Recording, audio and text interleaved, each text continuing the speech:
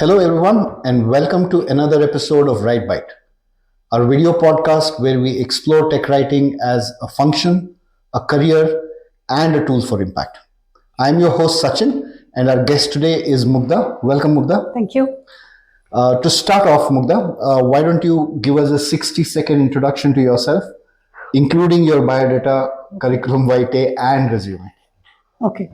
So, hello everybody. Thank you, Sachin, for this podcast. My name is Mugdha Achalkar. Currently, I am working out of Pune office with JPMC. I'm managing a small team of technical writers. I have been in this tech pubs domain for more than 2 decades. Okay. Though this was not my starting career option, Okay. I was into training earlier. I was doing corporate trainings with NIIT, and that is how I slowly forayed into tech writing. Okay. And I have been in Pune all my life. Okay. I have traveled for my jobs, but always born and brought up in Pune. Okay. And yeah, what else? I'm not telling This you is my- the 25th anniversary of STC India, right? And we couldn't have had a better guest, right? What she skipped telling you is that she's held all the positions that we have in the STC Admin Council. Yeah. Ex-president, currently the treasurer of STC. Yeah. Right. So with that context, Mugdha, why don't we start by reflecting on the journey itself that's been so far? Okay. In your experience and how you have viewed this society, this community kind of coming together, Okay. how would you kind of recap the journey so far? So if you're talking about the journey of STC as such, with the community, I think we have grown leaps and bounds. When we started this society, or even for that matter, the tech writing domain, especially when I started, was still an upcoming domain, right? There weren't too many writers. Like there were, if you compare the ratio of what developers, the number of developers as opposed to number of writers, the ratio was a little skewed. You didn't have too many members. You didn't have options to reach out to members because the teams were smaller in size, right? As we grew as a community, teams became bigger. People had the opportunity to interact with each other, and that is what I think the society gave the opportunity to people, that there were like-minded people around you. You just didn't know where they were. So I think the society brought the learning sessions that the society conducted, the various conferences the society organized, helped get all this community together. And every time you're saying society, you mean STC India. Yes. So, and I think we have grown together. The Tech Pubs domain and Society of Technical Communicators, especially in India, has grown together hand in hand. Yes. So I think it has been a really good journey. Excellent. So the journey is behind us.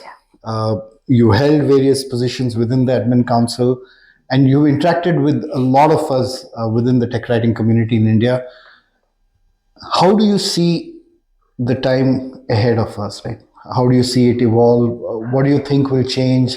What are your thoughts? I think technical communication or tech pubs is always here to stay, right? Irrespective of whatever people think, that with AI coming in, with ChatGPT and God knows what else, right? We probably will eventually run out of jobs. I, for one, definitely don't believe that. I think we are going to grow in numbers, and communication is not just restricted to the traditional writing, right? I look at communication in its different aspects. It could be content writing, it could be UI UX related writing that you're doing. There has been a little bit of a gap between the communicators who are writing for manufacturing industry, heavy machinery, oil and gas. Once I went into the domain, I realized that, okay, there is just so much of content being developed here. And as opposed to the content that is developed for the typical software industry, the content that is developed in manufacturing and in oil and gas especially is very, very critical, right? I mean, there people could actually lose lives if you don't make sure that you are putting it all out there, right? So I think tech writing here and the community is definitely here to stay. There is definite growth here in terms of new tools coming in, new technology. I think somewhere we'll all have to adapt with the changing landscape. and we are not yet sure where the landscape is going to take us, right? Okay. I mean, there is nobody can come back and say, okay, this is it. Sure. Yeah. Fair enough. Fair enough. Yeah. So basically, what you're saying is change is ahead of us. Yes. Change is a constant. It's not going away anywhere. And being adaptable is the way to go forward. Yeah. Excellent. Absolutely. So, in your leadership role in your current organization, what are you doing to prepare your teams for that next? The main focus has been to keep your eyes open, right?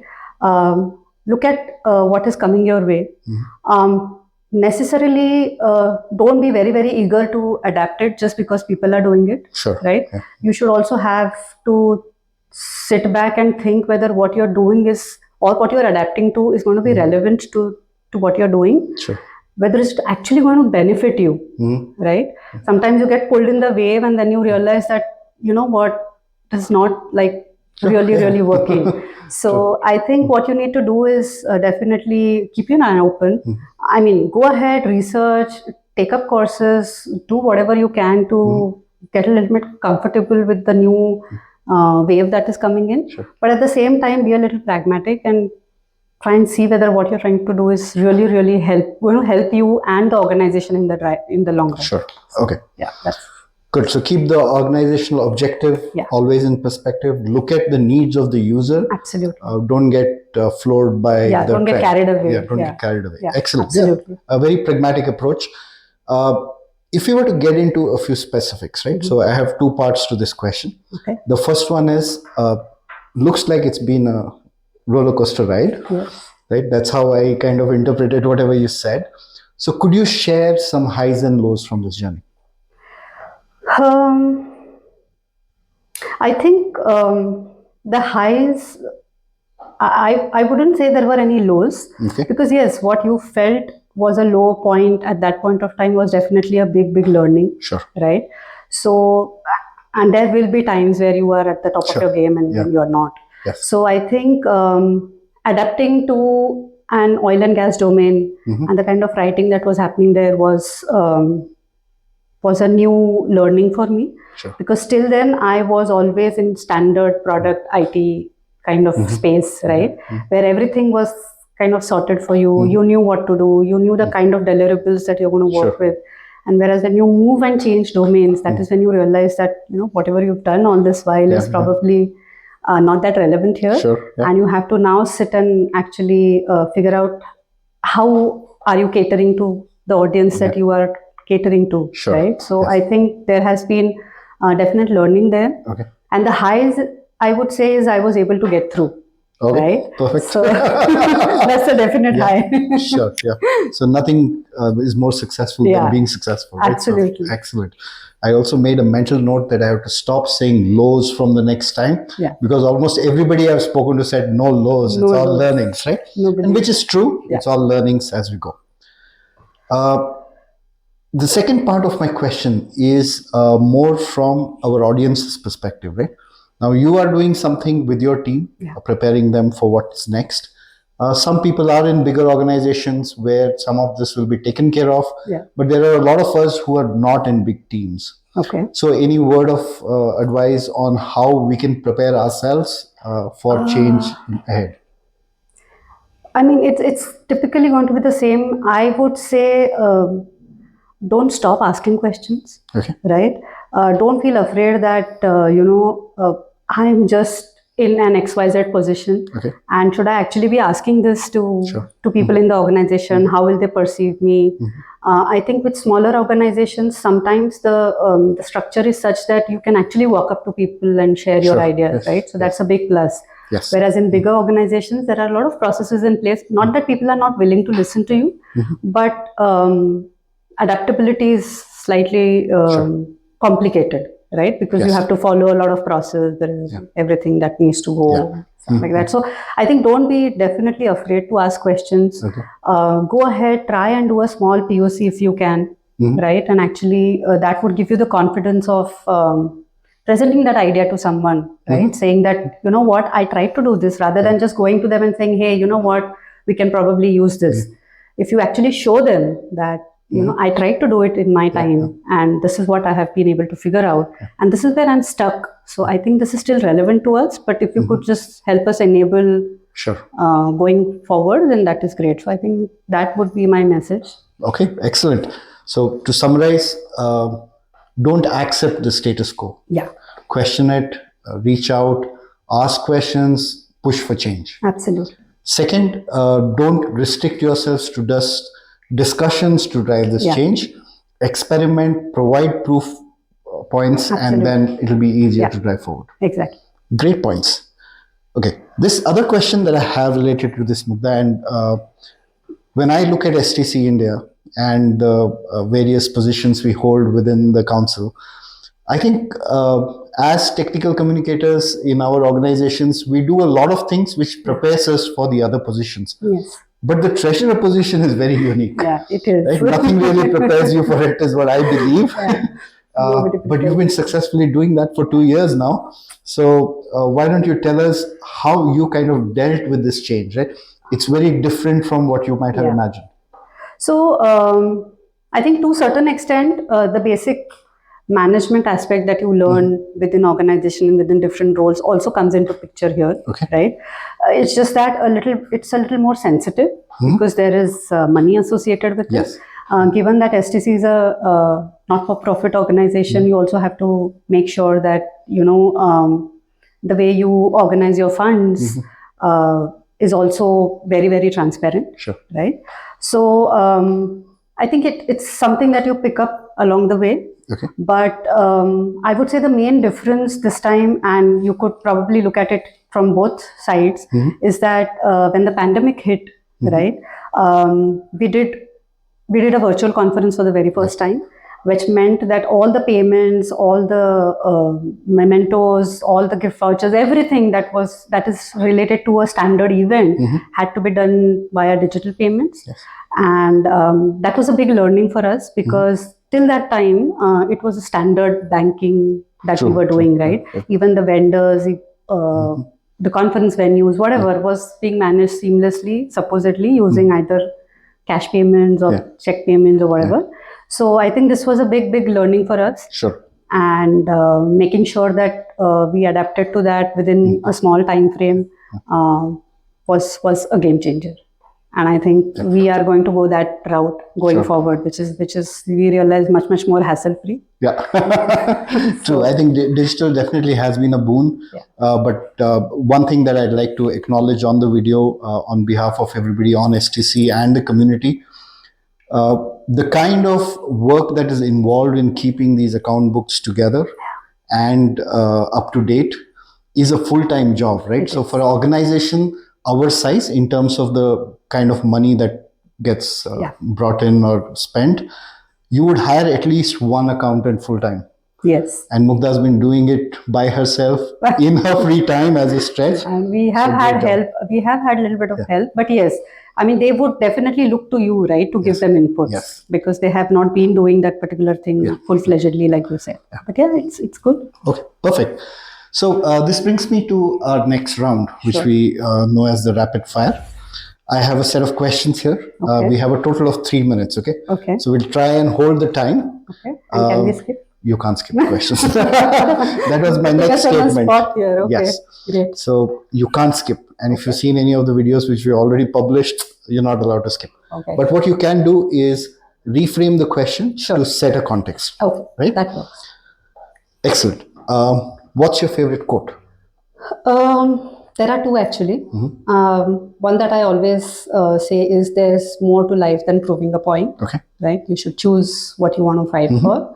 And the second is the way people judge you doesn't mean that you become that reality. Okay. Right? So I think that is also more important. Let people judge the way they want to. Sure. Keep belief in yourself and keep moving forward. Oh, very nice. That's very different from what I've been hearing. Okay. Which is your favorite book? Again, many of them, but I have always liked Jeffrey Archer's Cain and Abel. Maybe because I read it at a very impressionable age. Okay. So I think the way the story flows, it's kind of a typical rags to riches kind of a story, at least for one character, if not the other. So I have always really loved that book. Okay.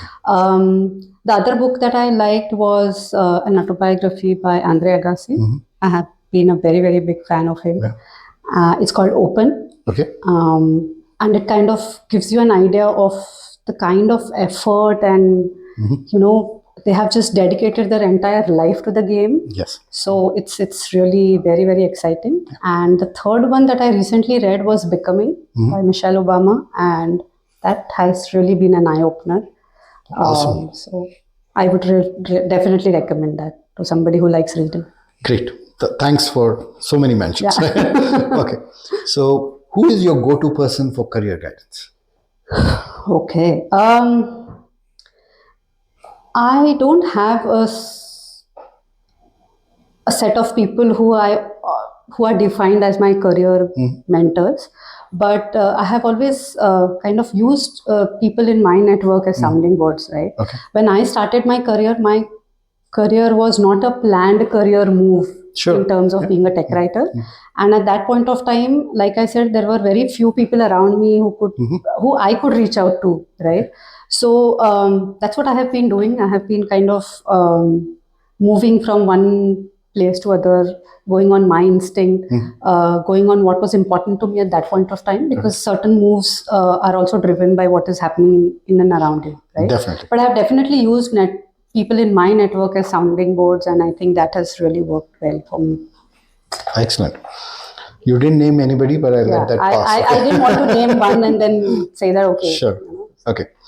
3 leaders that you appreciate the most in the Indian tech writing circle.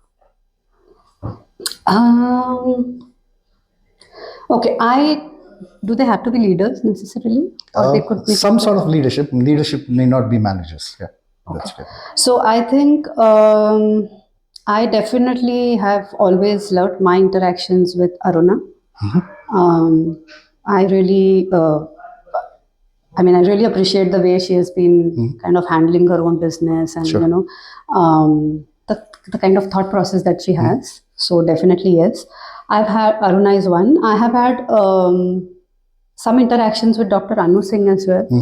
And these were also very, very helpful and kind of helped me get my perspective on certain things in tune. Okay. Third, I would like to mention is he was my colleague in my earlier organization, has moved on to a managerial role now recently. His name is Gaurav Satana. Okay. The reason why I would like to take his name is he has not been in the leadership role for a very long time, but as he's an ideal person, somebody that you would love to work with. Very methodical, very sincere. You give him a job and he will just move earth and heaven to make sure that it happens on time and it happens like to the T, crossing all the T's and I's and O's and everything. So I think I really like that attitude. Okay, excellent. Thanks for that. So that nicely ties into my next question, right? What are the top 3 personality traits you look for when hiring tech writers? I think attitude is something I definitely look for. Okay.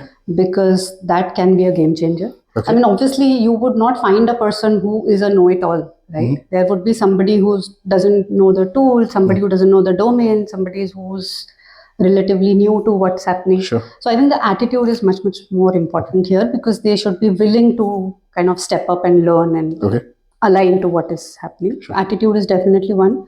It is kind of tied to a little bit to flexibility and adaptability. But again, if you have the right attitude, you manage things. Sure. Right? Yeah. So these are definitely 2 things that I look for. And third is communication skills. Okay. Being that you are going in a communication domain. Okay. 3 technical writers that you would consider the best of the best. I think I already named Gaurav. Yes. There is one person I would. You can't repeat Gaurav, so you need to give me 3 fresh names. Okay. Yeah. Does it have to be writers again? Could be editors? Right. Yeah, editors, fine. So there was one editor that I have worked with, her name is Neeta Seth. That lady had a different charm, had a different voice. She was much elder to us in the team. Sure. But the way she would, bring across a point, I have always seen her very calm. In all the meetings, we were like pulling out our hair, and she was like, "No, this is not how it is done." Sure. This is how, and her calm, her poise, her grace was something I have just learned so much from her. Okay. In terms of how you should carry yourself in the organization or in difficult times, right? So definitely her. Oh my God, how you pick? It's difficult picking and choosing, and then Okay. This is what I told some of the other people that I speak to, right? It's not about stack ranking them as 1, 2, 3. It's more to put a face to what is being admired. There's one writer in my team. Her name is Smriti Prasad. Okay. Again, very methodical. Knows what she wants. She will sit. She'll like make a big plan. She'll come to you next day and say that this is what I've thought about. These are the confluence pages I've created. This is how we're going to track it. So, very, very like very proper, and so I definitely appreciate that. So yeah, I guess we'll move it to. Spare me, please. All right. Okay. One thing that you think we are doing wrong in tech writing, right? A common mistake. Restricting yourself to what you're doing. Okay. And if there's one thing you could change about tech writing in India, what would that be? I think the perception. Perception. Okay. That writers can do only this much. Okay.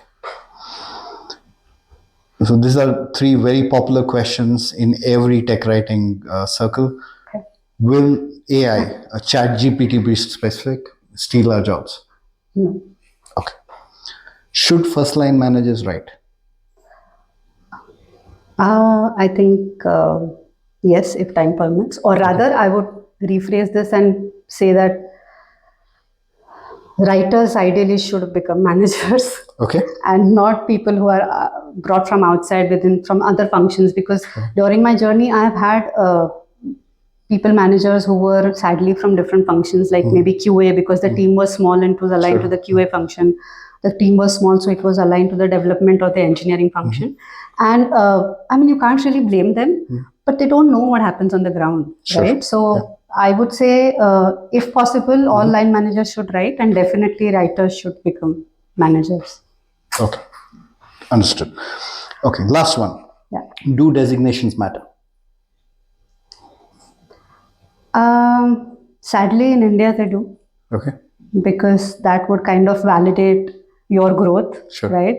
I mean, if I were to say that I'm working in some XYZ organization, and if I say I'm managing a team in some XYZ organization, I think the way people look at you is slightly different. Okay. So sadly, it does. Okay. All right. So all good things must come to an end. So we are at the end of our format. So before we go, 3 things to do. Okay. First, what would be that one significant message that you want to leave our audience with? Be out there, be in the open, ask questions, do more. I mean, you definitely should believe in yourself first and say that, okay, I'm up for the challenge. There are different things that I can contribute in. That is definitely something I would like to encourage, is that get up and volunteer more.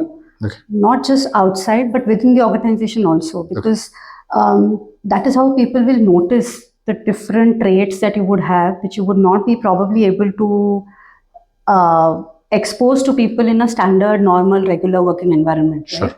So if there is an event, or if there is a hackathon, or whatever happening in your organization, please go up to people, do more than what you're doing. Perfect. Second one.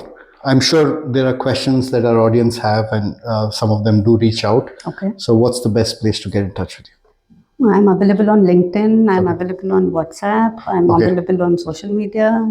I'm already there in some 10 different groups for STC. So reaching me is probably not going to be so much of an issue. Sure. So you can be reached on LinkedIn. That's your primary. You can DM her, or you can reach out to her on any of the STC WhatsApp groups. Perfect. Last one. This is what we call the ad spot. Okay. You get 30 seconds to do an ad for us. Oh my God. Okay. So why people should follow Right Byte? I think the trending thing today is that people want to address is probably attention span. Okay. And I think RightBite is going in the right direction by doing such small videos or small podcasts, Sure. or trying to reach out to people in different ways. And I think that is something that we want to see more. And I think we are in the right space with RightBite. Thank you so much. Thanks for that. On that note, please do like, share, and subscribe to the channel. We'll see you next time. Bye bye. Bye. Thank you.